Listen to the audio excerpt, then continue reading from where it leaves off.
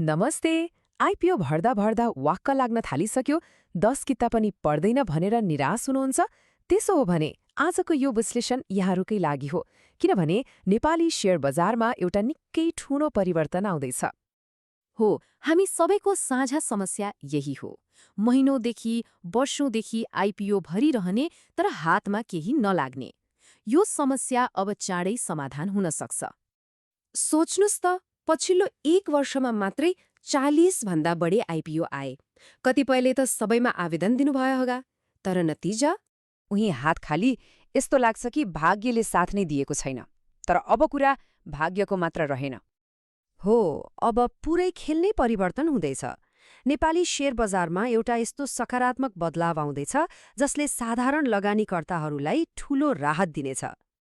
10 वटा ठूला स्थापित कम्पनीहरू आफ्नो आइपिओ लिएर बजारमा आउने तयारीमा छन् र यिनले लगानीकर्ताका लागि एउटा सुनौलो अवसर सृजना गर्दैछन्।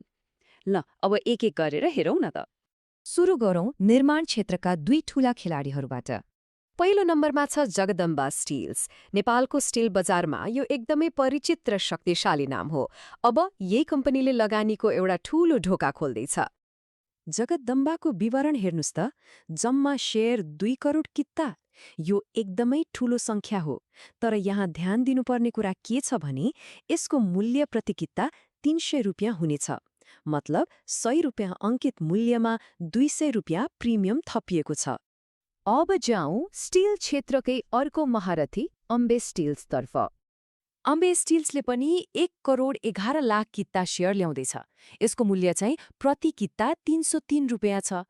यसमा पनि 203 रुपियाँ प्रिमियम जोडिएको छ। अब यी दुईलाई सँगै राखेर हेर्दा के देखिन्छ भने जगदम्बाको आइपिओको आकार अम्बेको भन्दा झण्डै दोब्बर छ, 2 करोड किता शेयर। यो विशाल संख्याले नै हो साधारण लगानीकर्ताको लागि सबैभन्दा ठूलो फरक पार्ने। हो, यो प्रश्न एकदमै महत्त्वपूर्ण छ। आखिर आइपिओको आकार ठूलो हुँदैमा हामीलाई के फाइदा? यसको जवाफले नै यी नयाँ आइपिओहरू किन विशेष छन् भन्ने कुरा छर्लङ्ग पार्छ। र यो स्लाइडले सबै कुराको जवाफ दिन्छ। हेर्नुस् है, पछिल्लो समय आइपिओमा आवेदन दिनेहरूको संख्या करिब 19 लाख छ। तर जगदम्बाले मात्रै 2 करोड किता शेयर जारी गर्दैछ, जुन 20 लाख जनालाई 10-10 किता दिन पर्याप्त छ। यसको सिधा मतलब के हो भने अब माग र आपूर्ति बीचको खाडल घट्दैछ र शेयर पर्ने सम्भावना वात्तै बढ्दैछ। त्यसो भए स्टिलका यी कम्पनीहरूले बजारको नियम नै बदल्दैछन्। तर खुसीको खबर यति मात्रै होइन, यो अवसरको लहर अन्य विभिन्न क्षेत्रहरूमा पनि फैलिएको छ। अब मिडिया क्षेत्रको कुरा गरौँ।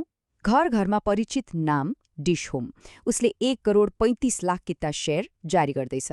र सबैभन्दा राम्रो कुरा के हो भने यसमा कुनै प्रिमियम छैन, केवल अंकित मूल्य यानि 100 रुपियाँमा। अब निर्माण क्षेत्रको अर्को कम्पनी मारुति सिमेन्ट। यसले 1 करोड 16 लाख किता शेयर ल्याउँदैछ। तर यहाँ ध्यान दिनुपर्ने कुरा के छ भने यसको प्रिमियम निकै उच्च छ, 377 रुपियाँ, जसले गर्दा प्रति किता मूल्य 477 रुपियाँ पुग्छ। र यो सूची अझै लामो छ। हुलास इन्फ्रा, महाशक्ति सिमेन्ट, शिवम होल्डिङ्स अनि मेवा डेभलपर्स जस्ता कम्पनीहरू पनि पाइपलाइनमा छन्। यसले के देखाउँछ भने अवसरहरू एउटा दुईटा क्षेत्रमा मात्रै होइन, चौतर्फी रूपमा आउँदैछन्। त्यसो भए यो सबै जानकारीपछि लगानीकर्ताले के बुझ्ने त? अबको बाटो के हो? र यहाँको मुख्य सन्देश यही हो, यी आइपिओहरूको आकार नै गेम चेन्जर हो। अब 10 किता पनि नपढ्ने दिनहरू बिस्तारै सकिँदैछन्। यो साधारण लगानीकर्ताका लागि साँच्चै नै एउटा ठूलो र सकारात्मक परिवर्तन हो।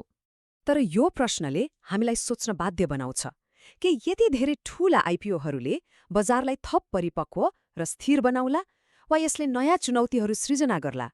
भविष्य जे भए पनि एउटा कुरा त पक्का छ, नेपाली शेयर बजार एउटा निकै रोमाञ्चक र महत्त्वपूर्ण मोडमा प्रवेश गर्दैछ।